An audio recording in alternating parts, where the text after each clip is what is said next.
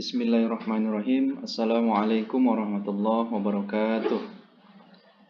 Hamdan wa syukranillah, summa salatan wa salaman ala rasulillah, la hawla wa la quwata illa billah. Bersyukur kita kepada Allah, bersalawat kita kepada Rasulullah Muhammad sallallahu alaihi wasallam. Allahumma salli ala sayyidina Muhammad wa ala ali sayyidina Muhammad. Anak-anak Bapak sekalian, sekarang kita memasuki materi pada bab kedua, yaitu kepedulian sosial. Makna kepedulian sosial adalah merupakan peduli, yaitu berarti mengindahkan, memperhatikan, menghiraukan. Peduli berarti sikap kita memperhatikan atau menghiraukan sesuatu.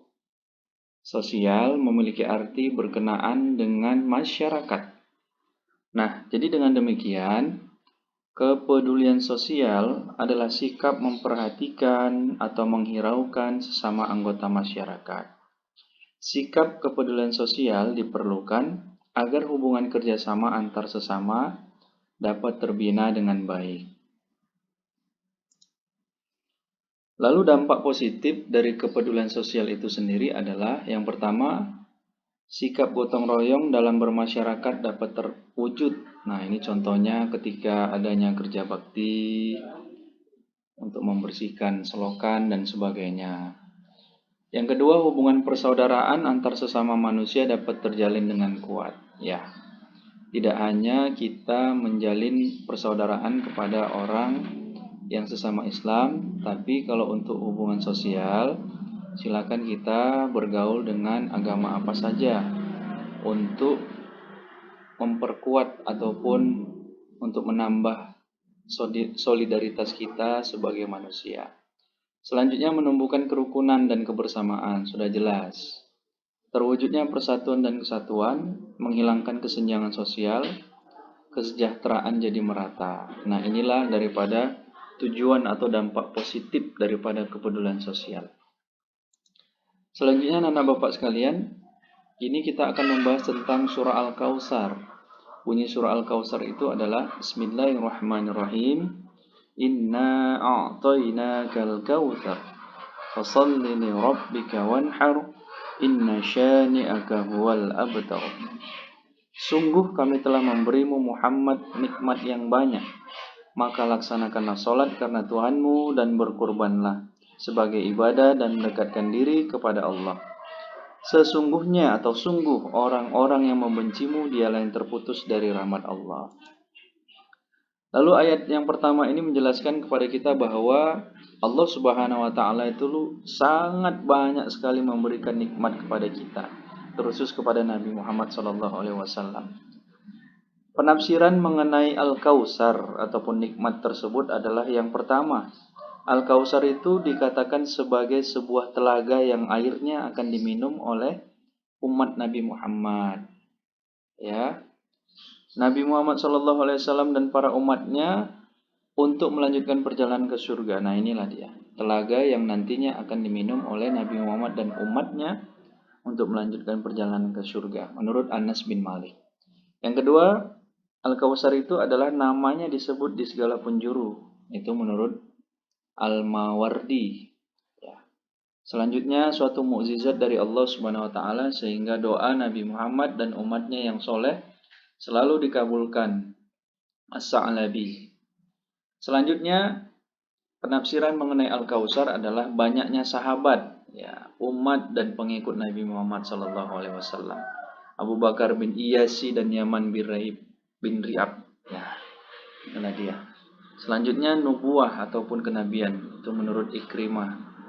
Dan selanjutnya, Al-Kautsar itu adalah Al-Quran, atau ini dari pemahaman Al-Hasan.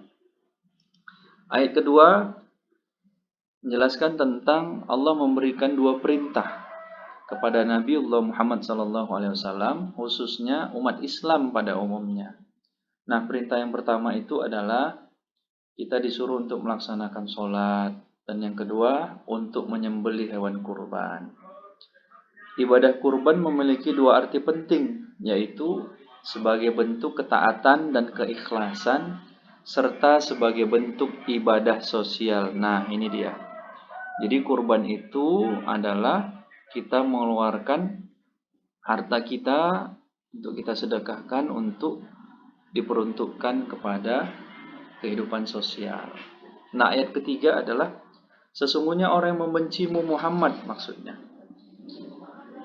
Maka orang tersebut tidak akan diberi petunjuk oleh Allah. Nah, itu maksudnya. Berarti orang-orang yang tidak suka dengan dakwanya Muhammad akan merugilah dia.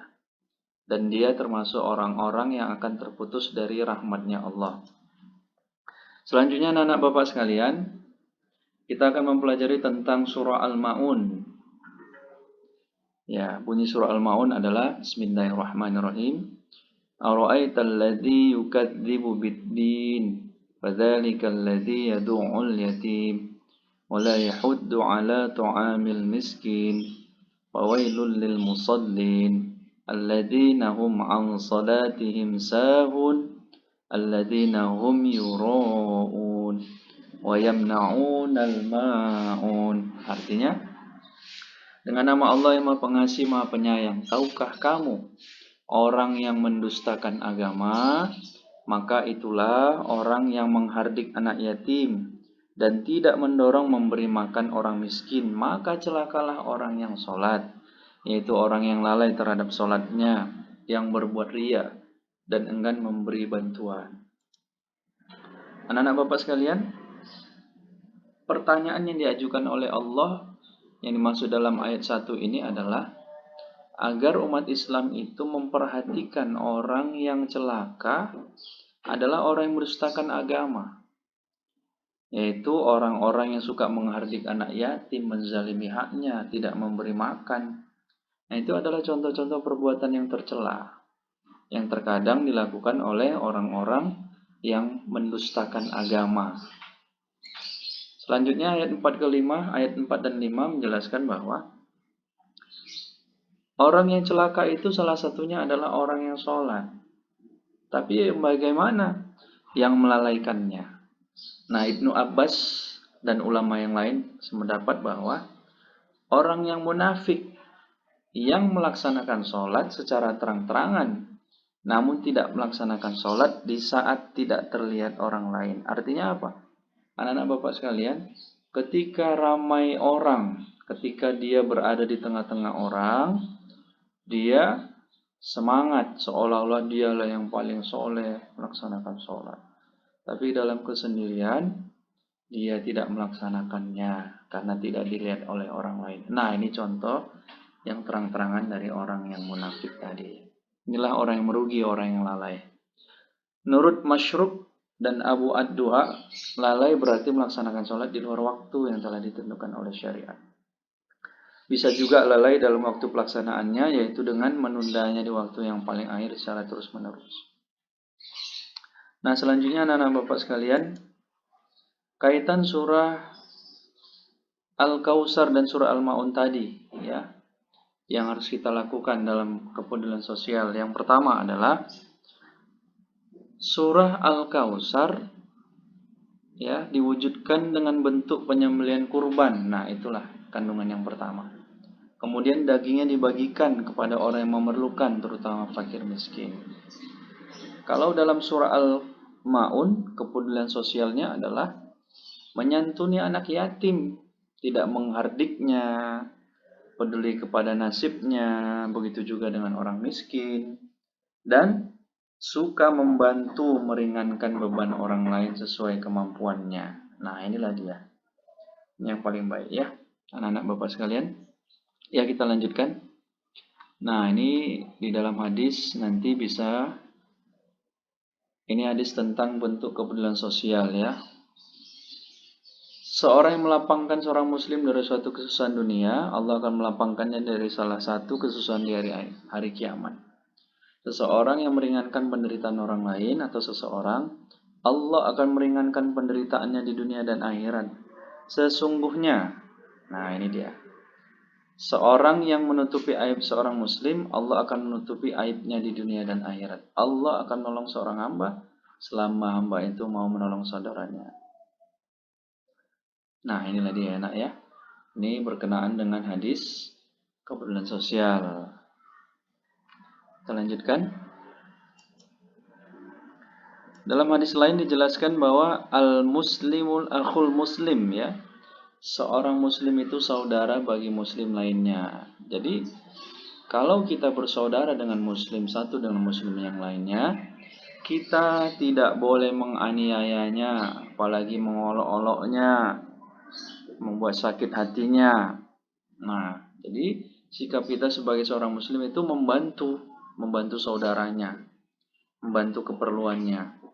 Nah, barang siapa membebaskan seorang muslim dari kesusahan, Allah akan membebaskan satu kesusahan darinya dan beberapa kesusahan pada hari kiamat. Maka barang siapa menutupi aib seorang muslim, Allah akan menutupi aibnya kelak pada hari kiamat. Nah, inilah. Jadi anak-anak Bapak sekalian, setiap muslim itu saudara bagi muslim lainnya. Ya, dia harus bersedia membantu keperluan saudaranya, maka Allah SWT akan membantunya. Jadi kita sebagai seorang yang bersaudara, tidaklah membiarkan saudara-saudari kita yang kesusahan, harus kita bantu. Ya, melepaskan kesusahan saudara kita, maka nanti Allah juga akan membantu kita. Selanjutnya anak-anak Bapak sekalian, mencintai anak yatim itu adalah hal yang mesti kita lakukan. Karena betapa tidak dia sedih ditinggalkan ayahnya. Kita bersyukur masih punya ayah, dan kita harus selalu menjaganya, menyantuninya, berbuat baik kepada anak yatim tadi. Agama Islam mendidik dan mengajarkan pengikut-pengikutnya supaya memberikan bantuan, mendidik bahkan mengangkat anak yatim, ya. Anak yatim itu harus kita santuni, harus kita berikan perbuatan yang baik. Tidak boleh kita berbuat sewenang-wenang kepada anak yatim, apalagi menganiayanya sampai membuat dia meninggal. Tidak boleh, itu sangat dilarang dan Allah membenci. Allah melaknat hal tersebut. Hadis riwayat Bukhari, ya, berkenaan tentang hadis menyayangi anak yatim. Ana wa kafilul yatimi fil jannah, akadha wa asyara bis sabab wal wusta wa farraja bainahuma syai'a. Rahul Bukhari. Jadi anak-anak sekalian, ini hadis yang sudah sangat populer, yang mesti kita ingat dan kita pahami supaya kita lebih memaknai daripada pembelajaran kita ini. Arti daripada hadis tersebut adalah aku dan orang-orang yang memelihara anak yatim di surga seperti ini. Nah, ketika itu Rasulullah menunjukkan para sahabatnya sambil membaca hadis ini dengan menunjukkan jari tengah dan jari telunjuk Rasul diangkat sehingga membentuk seperti angka 2. Nah, inilah dia. Beliau memberikan isyarat dengan jari telunjuk dan jari tengah, lalu beliau membuka sesuatu di antara keduanya. Nah, direnggangkan. Nah, di tengahnya itu adalah gambaran bagi orang-orang yang selalu menyantuni anak yatim, dekat, ya, sangat dekat. Jadi Rasulullah itu sangat mencintai orang yang menyantuni, menyayangi anak yatim. Dalam hadis Ibnu Majah dijelaskan bahwa sebaik-baik rumah orang Islam adalah rumah yang di dalamnya ada anak yatim, diasuh dengan baik. Seburuk-buruk rumah adalah rumah yang di dalamnya ada anak yatim yang diperlukan dengan jahat.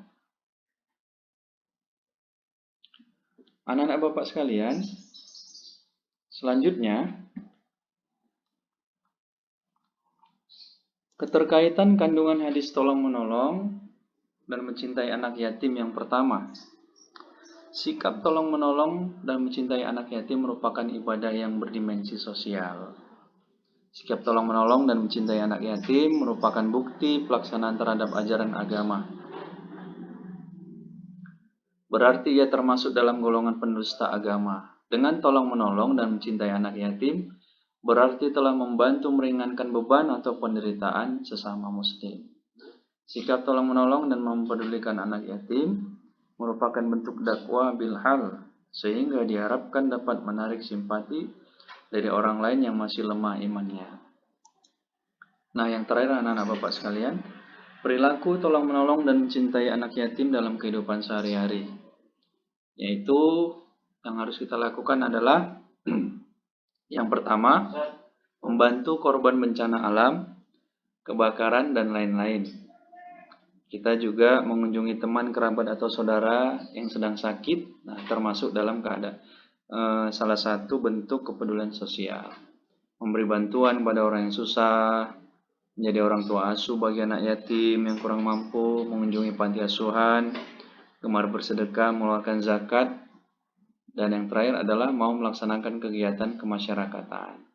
Dan ini semua adalah salah satu bentuk daripada kepedulian sosial yang harus kita lakukan dalam kehidupan kita, supaya kita menjadi pribadi yang suka membantu dan orang-orang merasa senang dengan kehadiran kita. Itulah tujuan daripada kita memiliki sikap kepedulian sosial. Tidak hanya manusia, Allah dan Rasulnya sangat mencintai orang-orang yang peduli kepada orang lain.